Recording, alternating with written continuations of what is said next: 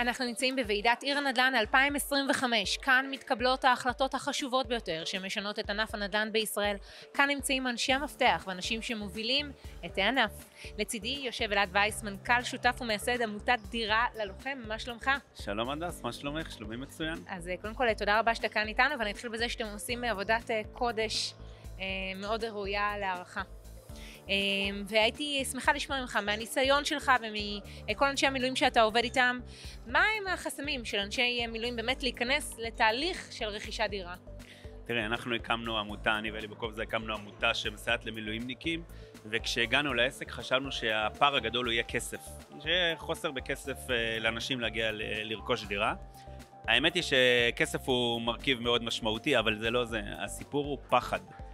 ומישהו שידריך אותם, ומישהו, הרצון שלהם והיכולת שלהם להבין שמישהו הוא לטובתם, והוא לא מנסה לעשות להם משהו שהוא לא טוב. וכשאנחנו בעמותה חרטנו על דגלנו את היכולת שלנו לסייע למילואימניקים מהכובע שלהם, כאילו להיכנס לעיניים שלהם, ובאמת לקחת את הידע שלנו ולראות מה טוב בשבילם. הרבה פעמים אני לא אשווק לו, אני אגיד לו, אל תקנה את הדירה, היא לא מתאימה לך, לא כלכלית, אתה לא תעמוד בהחזר, תמתין. ואני אחיה עם זה בשלום, כי אני מסתכל עליו כאילו זה אני. איך אני, עם הידע שלי, הייתי עושה את הצד הזה. וכשאת שואלת את השאלה הזאת, אז הרבה פעמים חסר להם הדרכה וידע, ומישהו שיקח אותם יד ביד לעבר העסקה הכי גדולה בחיים שלהם בעצם. מה גרם לך בכלל להיכנס לתחום הזה? אין ספק שיש פה שליחות אדירה. תראה, אני והשותף שלי אנשי צבא, קצינים בכירים בצבא, פרשנו.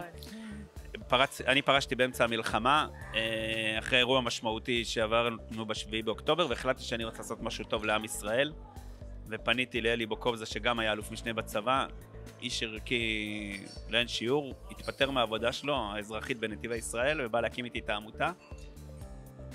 ובאמת, באמת, הרצון הזה לתרום למי שהגן עלינו, זה ממש בנפשי האירוע הזה. לקחתי את כספי הפנסיה שלי, הקמנו את העמותה, ואנחנו עושים את זה בהתנדבות מלאה, ממש בשביל לעזור ללוחמים. מדהים, ממש כל כך חשוב, וכמו שאמרתי, ראוי להערכה. מה בעצם נותנת העמותה לעומת מלווי משקיעים? תראי, אנחנו נותנים להם ערך חינוך פיננסי. אני אלווה אותו לדירה בכל השלבים שלה, גם בהיבט המשפטי וגם בהיבט הכלכלי, ואני עושה את זה בהתנדבות. זאת אומרת, כל הנחה שאני אצליח להביא לו מתוקף זה שבאתי ככמות, תעבור אליו.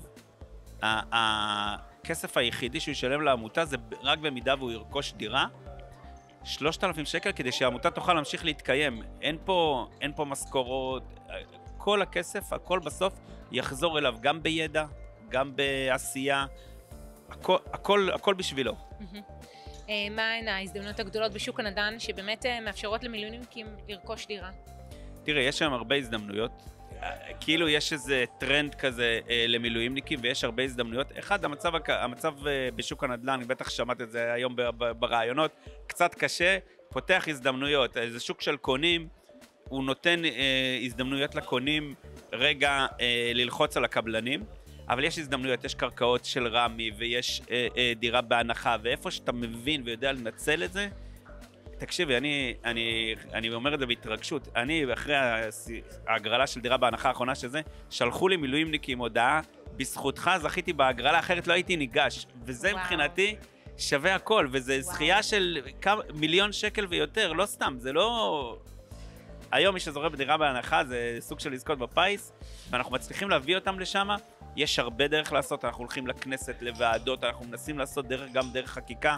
פגשתי פה את מנכ"ל משרד השיכון וקבעתי להיפגש איתו כדי לעשות דברים לטובת המילואימניקים, ויש מה לעשות, אבל יש גם הזדמנויות, זאת אומרת, יש מה לעשות כבר היום, ואנחנו שם כדי לעשות. מדהים, תמשיכו בעשייה שלכם, בעשייה מבורכת, לסייע למילואימניקים היקרים שלנו שראויים להערכה, אלו שבאמת נמצאים כאן בקדמה ומגיע להם כמה שיותר. הדס, תודה על הזמן. תודה רבה לך אלעד וייס, תודה רבה שהתארחת אצלנו. תודה.